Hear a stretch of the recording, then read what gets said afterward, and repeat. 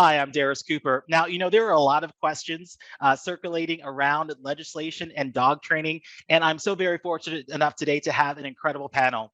Joining me right now is Heidi Meinzer, Secretary Treasurer at APDT, Brad Pfeiffer, Executive Director at CCPDT, Julia Judish, also the Certification Lawyer Advisor to the Alliance. Hello, everyone. How are you today? Hi. Great. How are you? Fantastic. So very glad that you're here. So, let's kick things off with Heidi. So, one of the most talked about aspects of the model legislation was understanding what good professional moral character is and why it's important. So, can you elaborate and explain why that's important? Sure. This is one of the areas where we had a lot of feedback and we were very glad to have it. We think that the final product has become much more clear. But the heart of it is the fact that a lot of the licensing is about your standards and your practice and your competency. But there's another piece to licensing which has to deal with consumer protection and making sure that the animals are safe and the consumers, the humans who are asking for our services are protected. So I am going to kick it over to Julia so that she could dig a little deeper about how the good professional moral character actually ended up getting drafted. She was remarkable and substantial on this effort. Thanks, Heidi. So the initial draft had talked about good moral character, which the feedback rightly pointed out was vague. And the intention of that term was to address a person's conduct that would be relevant to whether they could do business and hold themselves out as a professional dog trainer. So that term has been redefined to be good professional moral character. The model legislation defines that as that the person has not abused a position of trust or engaged in fraud or engaged in conduct that poses a substantial risk to the health or safety of the public or of animals under the person's care or supervision. Or if you have someone who has made a mistake in the past, the definition also allows that person to show that they've changed and that they've been rehabilitated and allows the licensing board to make that determination. Again, so that we can go to that touchstone of any pet owner can rely on the fact that a dog trainer is licensed to say, I can entrust my dog to this dog trainer. Right. Trust is such a critical piece in what we do as trainers. I think it's so very critically important that our trainers know once they sign up with whoever they're working with, that person is going to show up and do what's right for the dog that's right in front of them. So very, very important. So my question next is going to be to Mr. Brad here. So, will every state pass the same legislation and how long will it take for this to take effect? The Alliance's model legislation can be used by every state as a baseline or framework for them to follow. It would be beneficial, I think, if every state in the all 50 states had the same model or adopted the same model legislation for dog trainers in their area, but they certainly have the ability to adjust the framework or adopt more restrictive practices as the model legislation allows. And I think the timeline is really going to depend on the legislative sessions and the assembly members who are supporting the legislation and the grassroots efforts behind the model legislation in each state. Right. So, when we think about how many folks are involved, there's so much cross-functional work happening with, of course, the two organizations here today and a lot of folks behind the scenes. So, I'm pretty sure there's going to be a lot of questions out there. Who actually determines which programs qualify to approve someone for licensure? Once the model legislation is adopted, that they would appoint a state licensing board that is comprised of 9 members of that state. And ultimately, that board would create the parameters and the qualifications for an approved certification program in their state, following the framework that is outlined in the model legislation for as approved certification programs are defined. It's important to note here, and I think Julia can speak a little bit more about the intricacies of the framework, but of those 9 members, there are 4 spaces on the state licensing board for subject matter experts, which are representatives of the dog training profession, to take part in their state licensing board. One of those dog trainers should be a holder of certification as a dog behavior consultant. The other 5 members of the board, one is going to be appointed as a state agency employee. One member would be a veterinarian who is either a board certified veterinary behaviorist or holds professional certification in dog training. 2 members would be dog owners who don't work as professional dog trainers themselves and don't have any business interest in a dog training company. So they're really representatives of the public and of the consumers of these services. And 1 member would be affiliated with a nonprofit animal welfare group. This diversity of board membership really means that there is a voice for the dog trainers, a voice for those, a veterinarian who understands dog health, animal welfare, and the consumer. And that's really important that it be that balanced board setting what the regulations are. And I do think it's important to note too that some of the feedback we received was that, you know, the profession felt like a lot of veterinarians weren't really, they weren't educated in dog training. They maybe weren't familiar with the industry as a whole. And so we took that feedback and rewrote those provisions to ensure that a veterinarian who was licensed in the profession and could speak to the medical health of dogs, but also had some sort of tie back to the dog training profession, who could be a very kind of a liaison between the two, if you will.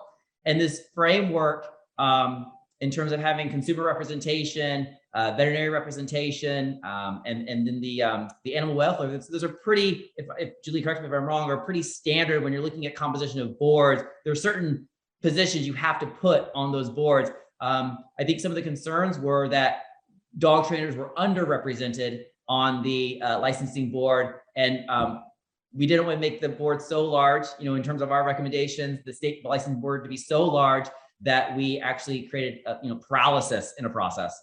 Right. You also don't want there to be concerns about whether this is really, for antitrust reasons, a way just for dog trainers to, protect against competition. So dog trainers are the plurality of members on the board, but not the majority. Right. The diverse voices, the diverse thought, we've said for years, right? That's so critically important. And, one thing that I feel like that grounds all of us, when we think about, minimum standards is, LIMA, least intrusive, minimally aversive, that approach to working with dogs and people, it's phenomenal because it really does tie the two together, right? Dog trainers and the importance of veterinary healthcare. So folks who are wanting to potentially get involved or potentially volunteer, can they just join a board? How does that actually work? I imagine, and Julia can correct me if I'm wrong, I imagine there will be a call for people to submit an application to sit on this board, and going through to see who has applied and who would be the best fit to sit on that board. Julia has been through this in a number of arenas with other certification organizations and can probably speak a little more specifically about how that selection process happens.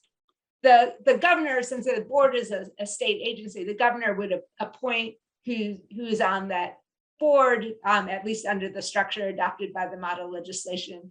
But there certainly is room for people interested in being on the board to express interest in that. And even if you're not on the board, to reach out to board members to provide your perspective and your views.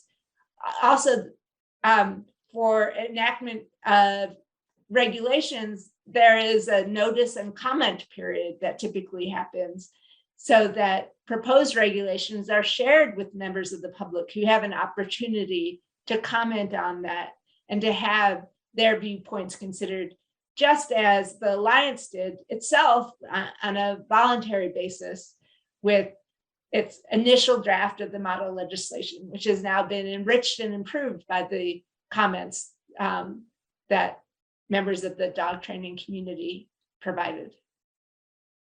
Right. So again, once more, we've talked about this in previous videos. If you are a trainer, boots on the ground, and you want to get involved, you certainly have an opportunity to have your voice at the table. And of course, we'll share the website at the end of this video series here, where you can learn more and again, provide that critical and very important feedback. So, this question is going to be to Brad, right? So, there, like I said before, there can be many opinions on if licensure is a good thing, right? I think we can all probably agree on this call here today that we believe that there's so many benefits to this. Now, for folks who are saying, what kind of control will these boards have? What can we share? What can you share, Brad, to share with trainers who are like, man, are they really going to be taking over my career and my destiny here? The state board would be assigned the responsibility of overseeing the investigation for any sort of ethics violations, right? A consumer files an ethics complaint against a trainer. The state board would oversee that process. They would handle all the investigation. They would have to have evidence to support a violation and confirm the allegations. And then they would have the responsibility and the authority to set forth disciplinary actions based on the seriousness of the offense. It may be something as simple as suspension. It could be prevention of being able to apply or receive a license. It could be revocation of someone's license. I think a lot of it will be determining on the seriousness of the claim and the overall evidence to support it. I think the important piece is to remember that right now at almost every level, each organization that I can think of has some sort of standards of practice and some sort of mechanism for holding their members or certificates accountable to those standards of practice. We have a process in place at the CCPDT, and we handle a number of complaints and look at it. The difference here is the legal enforceability, right? If my organization finds one of our trainers, we can suspend their certification. We can impose continuing education in order to recertify. We could revoke certification. But at the end of the day, that individual may or may not abide by these recommendations, because that's kind of what they are at the end of the day, and can continue to practice and continue to repeat the same mistakes and go against and break the rules, if you will. And so I think that's the takeaway. The oversight isn't meant to be punitive. It's meant to be enforceable and to hold people accountable. And hopefully, if done properly, it's used as a mechanism to strengthen someone's ability, right? Assign them continuing education, put things on hold for a little bit until they grow and evolve a little bit in some way to just make sure people are maturing in their role. There would be due process to anyone who has a complaint against them. And also that the board's authority to impose sanctions is, as Brad notes, has the force of law behind it, as opposed to what a private certification organization can do, which is just, you can't use our credentials. But it's on the civil side. So we can revoke your license or suspend your license or put conditions on practicing. Like if someone has a substance abuse problem that's affecting how they engage in dog training, can say, hey, if you go to rehab, you can still have your license, but you can't practice. You have to stop being under the influence while you're training dogs. But if there is a serious criminal violation, the board would need to refer that to the other legal authorities. That's not going to be in the board's purview to prosecute anyone. I think it's also important to note, because I feel like on one side of the coin, people are either going to be like, yeah, we can go get them, right? Let's find them and make sure they can't practice. And on one side of the coin is going to be, well, I don't want someone telling me how to work, right? To Julie's point, there's due process. There has to be evidence. The board is not going to be able to go out and, for lack of a better term, on a witch hunt and look for people who are not following standards of practice, who are not following LEMA, right?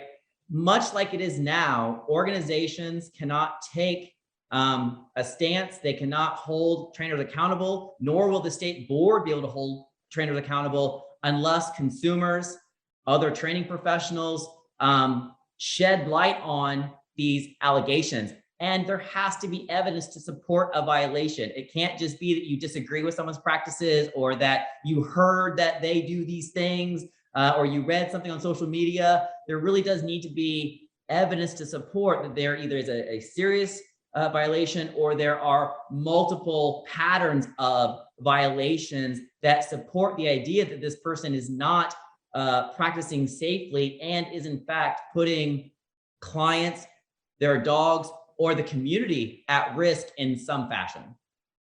One thing I would love to add on this as well is some substantial feedback that we got about what happens if somebody's out there and they're not a trainer and they're holding themselves out as a trainer.